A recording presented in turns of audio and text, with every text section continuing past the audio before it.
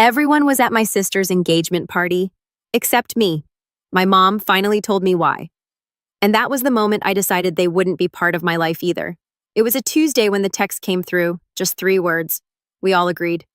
At first, I wasn't sure what it meant, but the pit in my stomach already knew. A minute later, my phone buzzed again, and this time it was a full sentence sent by my mom. We all agreed. You're not welcome at the wedding. No punctuation, just that smug little dash she always used when she wanted to sound formal. A smirk in text form. I stared at the message, rereading it like the words might somehow change if I blinked hard enough. But they didn't. My sister's wedding, the one I helped pay for, the one I helped plan, the one where I'd spent months putting out emotional fires, listening to crying fits, and booking every vendor because my sister Sarah was too stressed to deal with it. The same Sarah who 2 weeks ago called me her emotional rock while I wired over another $1,500 for centerpieces that looked like Pinterest threw up on a florist. My name's Kyle. I'm 31, and up until that message, I thought I was doing something good. Being the glue that held things together for a family that always seemed just one missed call away from falling apart. I'm not rich, not by any means, but I've worked in it long enough to put some money away. I've lived modestly, stayed single, and saved while everyone else splurged and borrowed. For years, I thought that meant I was blessed and they were just unlucky. Turns out being the responsible one just makes you the family ATM with no overdraft protection. The wedding was supposed to be next Saturday, a beachside venue on the coast with a ridiculous ivory and gold theme my sister insisted was classy but looked more like a royal baby shower. I paid for half the venue deposit, booked the flights, even reserved the honeymoon suite in Cabo under my name because my mom's credit wasn't good enough to secure the reservation. And now I wasn't welcome. I didn't respond to the message. I didn't need to. Instead, I opened my laptop and quietly logged into the travel portal I'd used for the honeymoon flights. 2 round-trip tickets, business class under my email. I clicked cancel and watched the screen blink for a second before the $3,800 refund notification popped up. Then I went into my savings account and initiated a transfer $16,500, the exact amount I had wired to my mom last month for what she claimed was wedding overflow costs. I didn't say a word to anyone, just watched the numbers move. I felt nothing, not anger, not even sadness, just a strange sort of calm, like I'd been holding my breath for years and finally exhaled. The first call came at 8:17 p.m. It was my sister. I let it ring, then came my cousin, then my uncle, then mom. I turned off notifications and went about my night reheating leftovers and watching a documentary I didn't absorb a second of. By morning, there were 23 missed calls for voicemails and a single message that made my hand go cold. Please call me. It's Dad that stopped me. My dad usually stays out of the chaos. He's a quiet man, the kind who'd rather tinker with a busted coffee maker than get involved in family drama. When I was a kid, I used to think he didn't care. As I got older, I realized it wasn't that. He just picked his battles carefully, and for him to step into this one, something was off. But before I could process it, the voicemail started playing in my head, echoing even though I hadn't hit play. I imagined Sarah's whiny tone, mom's theatrical sobbing, maybe a guilt-laced message from an aunt who hadn't texted me in 2 years. I wanted to delete them all. I really did. But that one message from Dad lingered. This didn't come out of nowhere. It started small. A sideways comment here, a joke there. Last Christmas, Mom said, "Well, at least Sarah will give us grandkids. Not everyone can say that." At the time, I laughed it off. I've never wanted kids, and I'm okay with that, but it stung in a way I didn't admit. Then during Sarah's engagement dinner, I noticed I wasn't seated at the main table. Just to keep things even, Mom had said, but my younger cousin's boyfriend, who'd only been around for 3 months, was seated next to the groom. I swallowed that one too. Like always, they were always little paper cuts, never big enough to justify a confrontation until suddenly they were. After Sarah got engaged, everything became an emergency. Mom called me in a panic over cake samples. Sarah had meltdowns about bridesmaid dresses. I was expected to cover whatever the groom's family didn't, and I did because I thought helping me belonging. I thought showing up with my wallet was how I proved I mattered. But it never bought me a seat. It just made me the unpaid intern of their fantasy wedding. And now I wasn't even invited. I sat on the edge of my bed that morning, my laptop still open, the email confirmation of the canceled flights glowing like a quiet middle finger. I scrolled through the missed calls, each name a little louder than the last. Then I got to the message from Dad. Just 6 words. "You need to see this now." That's when my stomach dropped. I stared at the message from Dad, my thumb hovering over the screen. "You need to see this now." 6 words, but they carry the weight of something heavier than guilt. My father has always been a man of few words, but every one of them is measured. He's not dramatic like Mom, not manipulative like Sarah, and definitely not the type to panic. So if he said I needed to see something, it wasn't going to be another teary voicemail or passive-aggressive family group chat post. I called him. He picked up before the second ring. "Kyle," he said, voice low. "You got a minute?" "Yeah," I said, and suddenly my mouth was dry. "What's going on?" There was a pause. I could hear the muffled thur of a television in the background. Then the volume clicked off. "I didn't know they were going to do that. Your mom and your sister. I just found out this morning after they locked down the seating chart and made the announcement in the family group chat."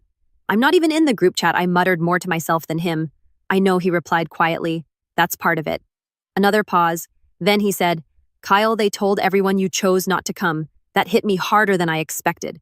I blinked, trying to make sense of it. "What they said, you were pulling one of your loner stunts, that you got upset over something minor and backed out. Sarah told the family you were always a bit dramatic and this time you went too far, that you didn't want to be there." I laughed, sharp, bitter, humorless.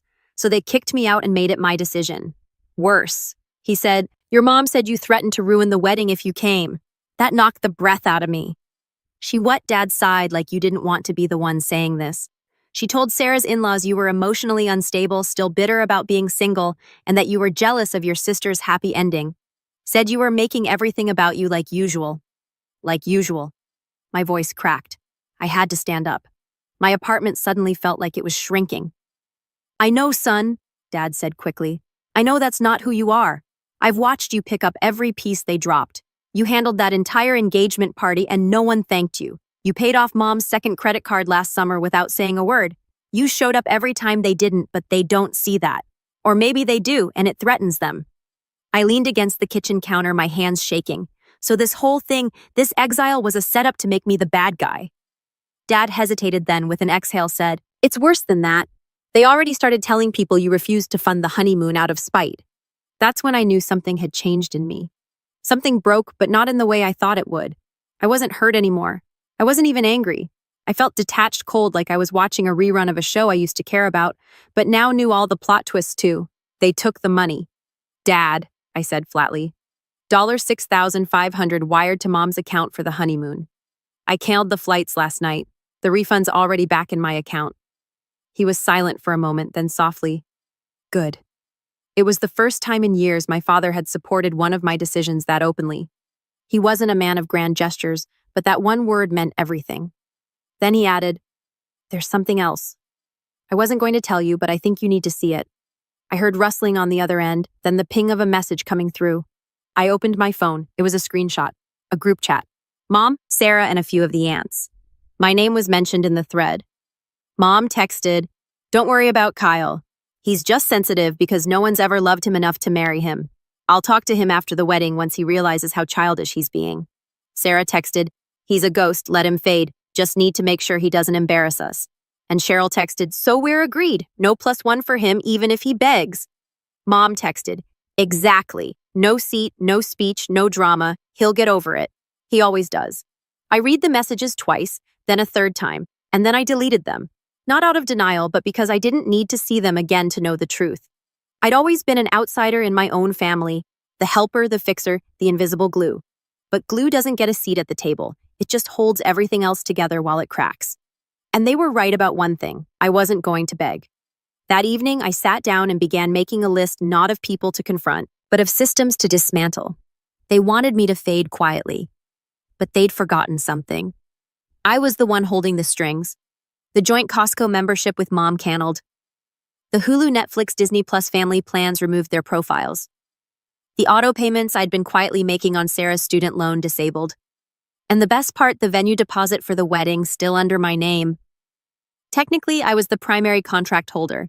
They'd never paid me back for that check I wrote to lock in the date. I've been meaning to deal with that paperwork later. No, it was at the top of my list. As I stared at the contract hovering over the cancel reservation option, I smiled for the first time that day, because if they thought I was dramatic before, they hadn't seen anything yet. By Wednesday morning, the silence from my end had them spiraling. The voicemails went from passive-aggressive to desperate. Sarah's tone morphed with every message. First annoyed, then pleading. "Kyle, can we talk? I think there's been a huge misunderstanding." Mom didn't mean it that way. I didn't respond. I listened with my arms crossed. Each new message only confirming what I already knew. They were trying to put the toothpaste back in the tube, and it was far too late for that. But I wasn't interested in revenge for the sake of ego. This wasn't about lashing out.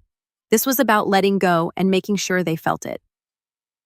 That afternoon, I sat down with a black notebook and started writing out every account, every auto payment, every password-protected bill I had my name attached to. I wasn't dramatic. I was thorough. The irony, they called me the cold one, the robot, the one who didn't feel things like the rest of us. They were right in a way. I didn't blow up. I didn't scream. I calculated. I logged in.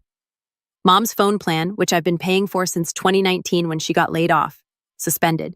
She wouldn't even notice until she tried to make a call during her hair trial on Friday. Sarah's Venmo, which was connected to my bank as a backup card from when she overdrafted 3 times during college and never figured out how to remove it. Unlin.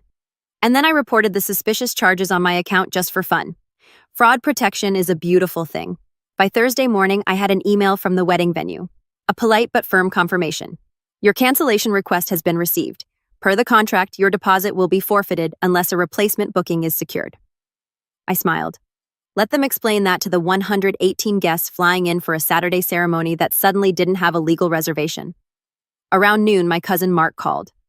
He's the only one who ever treated me like a person, not a tool. His voice was tired. Kyle. What's happening? I didn't lie. I'm done funding a family that sees me as a wallet with legs. He sighed. They're freaking out. Good. Sarah's having a meltdown. She's saying, "You're ruining her marriage." I gave a dry laugh. If a canceled flight and a frozen honeymoon fund ruins a marriage, maybe it wasn't built to last. He didn't argue. He just said, "I wish you'd told me sooner. I always knew they leaned on you too much." That night, I opened my laptop again and logged into my dad's old Dropbox account, the one we used when I helped him digitize all the family records a few years back. Inside was a goldmine of scanned receipts, emails, even the original invoice from the engagement party that I paid for, but Mom conveniently forgot I covered. I created a new Google Drive folder, uploaded everything entitled "It, Contributions from Kyle Nobody Wanted." Then I copied the link and sent it to every family member on the group thread. I didn't write a caption. I didn't need one. Less than 5 minutes later, I was kicked out of the family chat. Perfect. But the real turn came Friday morning, the day before the wedding. I was sipping coffee, enjoying the quiet, when I got an email from the groom's mother, Linda. We'd met once. She was kind, poised, and very by the book. The kind of woman who kept her silverware aligned and said, "darling" instead of "sweetie." Her message was short, but it rattled me more than any voicemail. Subject: concern about the wedding. Hi, Kyle. I wanted to reach out directly. I've heard bits and pieces about what's going on, and quite frankly, I'm alarmed. If you have a moment, could we speak? I feel like I'm missing some very important information. Best, Linda. That was the moment I realized this wasn't just family gossip anymore. This was a thread unraveling from both ends. I called her. She answered immediately. "Thank you for calling," she said, formal but with an edge of concern. "I don't mean to overstep, but my son just informed me that the venue may have been canceled." "It was," I said plainly. "I paid the deposit. It was under my name." She was quiet for a second. "That's not what we were told." I'm sure another pause. She cleared her throat. "Kyle, I don't know what's been said, but I was told you declined to come, that you'd backed out because you were bitter." I let the silence hang, then asked, "Do bitter people usually pay for floral arrangements, the wedding cake, the DJ, and half the venue?" Linda inhaled sharply. "I was unaware of any of that. Of course you were. They needed someone to blame when I pulled out. And when I stopped funding it, they made sure to do what they always do. Point the finger at me." Her voice lowered. "I understand now why you've distanced yourself. I would have too. But Kyle, there's something you should know. Sarah, she opened a joint credit card with your mom last week, and she used your name on the application." I froze. "What they claimed you co-signed. My husband caught it when we reviewed the final expenses. He recognized your name on the paperwork. That was it. That was the part that changed everything. I wasn't just the family ATM anymore. I was a target." I sat there, my coffee suddenly cold in my hand, the room closing in around me as Linda's words echoed in my ear. "They claimed you co-signed." I hadn't, not even close. I've always been careful about credit, guarded even. After watching Mom default on a car loan in my early 20s and drag her credit into the basement with mine tethered behind it, because yes, she had convinced me to co-sign that, I'd spent the better part of a decade fixing my financial reputation. I knew better. I hadn't signed anything for this wedding outside of what I paid for directly. "Do you have a copy of the application?" I asked Linda, my voice calm but clipped. "I do," she said. "Would you like me to send it to you immediately, please?" A few minutes later, it landed in my inbox. There it was, staring back at me. An application for a high-limit wedding credit card with a forged digital signature. My name, address, social security number, even my old work email probably lifted from tax forms or bank records they still had lying around. I didn't feel rage. I didn't feel sad. I felt clear. All these years I'd been the fallback plan, the fixer, the silent financier. But forging my name, that wasn't desperation. That was entitlement soaked in fraud. That was theft. And it was the final straw. I filed a fraud report with the credit card company, took screenshots of every detail. Then I filed a police report. I attached the documentation, the forged application, and a notarized statement of non-consent. Then I picked up my phone, and for the first time since Mom's smug message that started all this, I called her. She answered on the second ring like she'd been waiting. "Kyle," she said, her voice overly cheerful. "I was just about to call you." I said flat. "I just want to hear it from you. Did you sign my name on a credit card application?" Silence. "Kyle, you're being ridiculous. That was just a backup in case the honeymoon ran over. You know how these things go." "Did you sign my name?" A long pause. Then Sarah said, "You would have done it if you knew it was important. I let that hang there like a guillotine." "That's not an answer," I said, my voice cold. "But it's fine. You can explain it to the investigator when they call." That cracked her mask. "What, are you serious, Kyle? We're family. You're really going to make this ugly over a little misunderstanding, Mom?" I said, cutting her off. "You kicked me out of a wedding I paid for, lied to everyone about it, and committed fraud in my name. I didn't make this ugly. You did. I'm just putting it in the light where it belongs. Kyle, honey, please, we can fix this." I hung up. That evening, I drove to my dad's place. He was waiting for me on the porch with 2 beers and that silent, weathered look he always wore when things got heavy. "You okay?" he asked as I sat beside him. I nodded slowly. "Getting there. We didn't talk much. We didn't need to." He just handed me the beer and we watched the sun dip below the trees. Eventually, he said, "You did the right thing." And somehow that meant more than anything. The fallout came fast. First came the phone calls from family, my aunts, my cousins, even Uncle Greg, who hadn't spoken to me since 2016. They all wanted to know what was really going on, why the wedding was off, why Sarah had posted a cryptic Instagram story about being betrayed by blood. I didn't respond. Then came the texts, the apologies, the guilt trips. "Kyle, I had no idea. We should have stood up for you. Can we please talk?" But I was done being their emotional janitor. I let the calls go to voicemail, let the text sit unread. As for the wedding, it never happened. With the venue canceled and no backup secured, they tried to pivot to a backyard ceremony, but the guests were confused. Some turned around mid-flight, and the groom's family, having learned about the forged credit card, called the whole thing off. Apparently, financial fraud before the vows isn't a great look. Sarah went on a posting spree.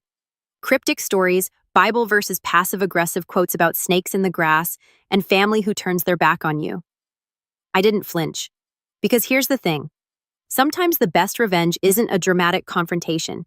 It's not yelling or exposing someone in front of a crowd. Sometimes it's just clarity. Quietly dismantling the system that took you for granted. Walking away while the whole rotten house collapses behind you. About a week later, I got a final message from Mom. "You've made your point. We're all hurting. You didn't have to go this far." I didn't reply. Instead, I changed my number. I took a few days off work and booked a trip solo, just me and my laptop, on the same resort Sarah was supposed to honeymoon at.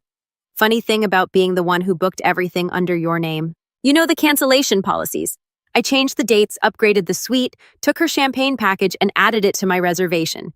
And I sat on that balcony drinking hand waves rolling beneath me, thinking about how long I'd waited for someone to see me. But I finally saw myself. Not the version they needed me to be. Not the fixer, not the bank account, just Kyle. 31, free, and finally done trying to earn love I never owed them in the first place. I don't know if they'll ever really understand what they lost, but I do. And I'm not giving it back.